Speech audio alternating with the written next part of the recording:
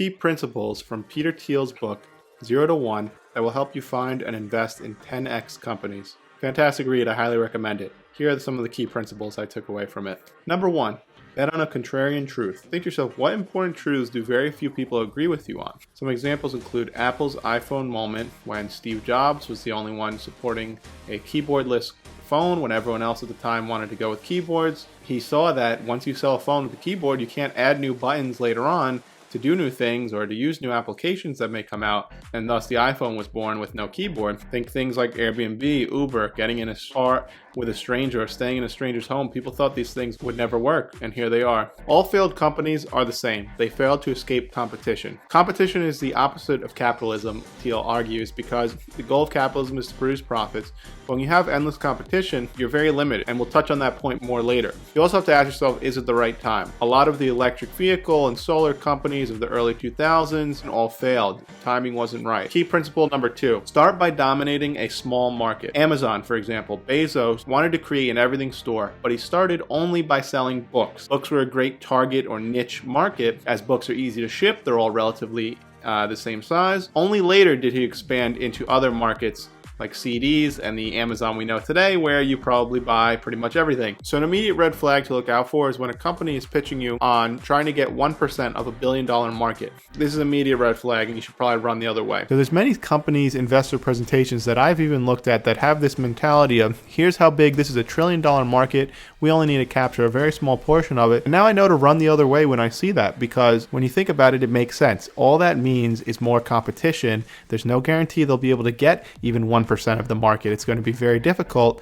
versus if they create a market that people are not thinking about, they can dominate it and expand slowly but deliberately from there. The bigger a market, the more competitive it is going to be. So getting that 1% of $1 billion market, while it sounds easy, is going to be a lot more difficult than it seems. And Peter Thiel argues that you should instead start smaller. Try to get 80%, let's say, of $1 million market. Only when you escape competition should you then try to expand. He says whoever is first to dominate the most important segment of a market with viral potential will be the last mover in the whole market. Key principle number 3, strive to be a monopoly. So not in the evil sense. Thiel actually argues that most monopolies today are good for the world. Think about Google with their monopoly on search engine.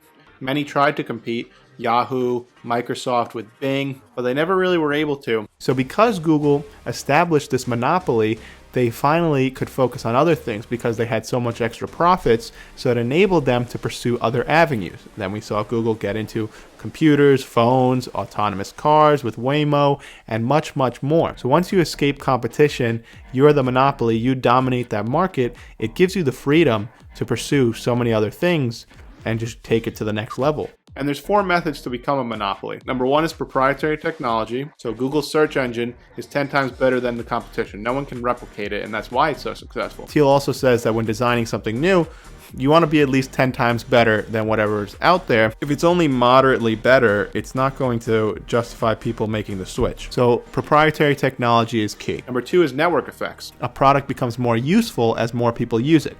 A perfect example is Facebook. More people using it means you're less likely to switch to other social media platforms because everyone's already on Facebook or Instagram. And the more people that use it, the more effective it becomes. The third method is economies of scale. Fixed costs when creating a product can be spread out over growing quantities of scale. A great company or startup has vast scale built into its original design. You have fixed costs when you're creating a product, and this can be spread out over growing quantities of scale.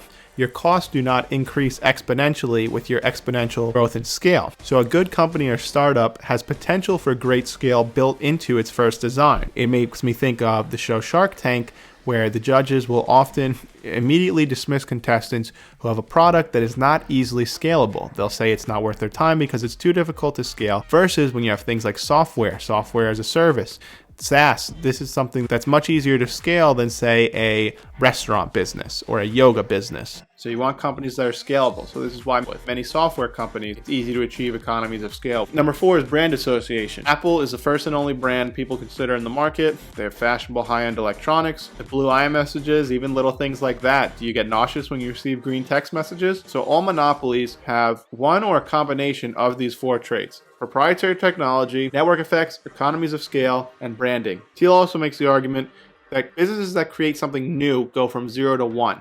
Whereas businesses that are just maybe improving upon or doing something slightly different than what's already out there, are just going from 1 to n. So go from 0 to 1. You have to create a product that's 10 times better than whatever is out there, than the status quo. Start with a niche market, then scale later on once you dominate a smaller market. Create a monopoly through a combination of proprietary technology, network effects, economies of scale, or brand association, or all four. There won't ever be another Microsoft that designs an operating system. There's not going to be another Apple that designs a smartphone. So the next big company that gets to that Apple, Microsoft level is not going to build something that already exists. They're going to be building something that is new. So while Thiel's book is more so about things to think about when creating your own startup, I think that there are key principles that you can apply to your investing process when choosing companies to invest in and seeing if they meet these criteria, like having proprietary technology, network effects, branding, and economies of scale. And it's funny, two companies that come to mind immediately are Tesla and Palantir, both companies that he actually mentions in the book.